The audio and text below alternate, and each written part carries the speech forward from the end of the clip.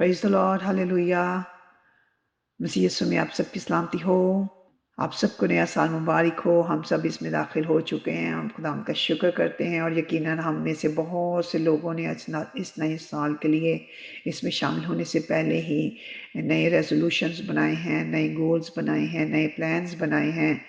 अपनी इम्प्रूवमेंट के लिए, रूहानी ज़िंदगी को बढ़ाने के लिए और दुनियावी तौर पर खुशहाली को हासिल करने के लिए, अपने बच्चों के ताल्लुक से उनकी तालीम और तरबियत के लिए और इसी तरह अपने ख़ानदानी बरकतों को बढ़ाने के लिए और अपने चर्च में इन्वॉल्वमेंट्स के लिए हर तरह से हम अपनी ज़िंदगी को बेहतर से बेहतर करने के लिए गोल्स बनाते हैं और जो काम हम में से नहीं हो सके होते लास्ट ईयर में, हम उनको करने के लिए तैयार हो जाते हैं सरे नौ नया ज़ोर पाकर।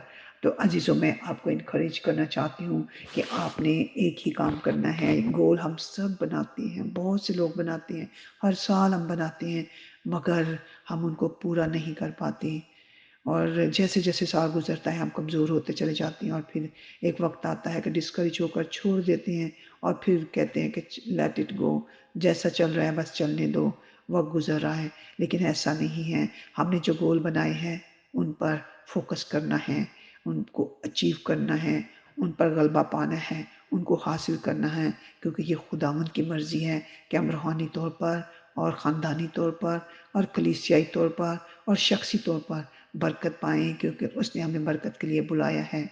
अ, हमने करना क्या है ये एक क्वेश्चन है।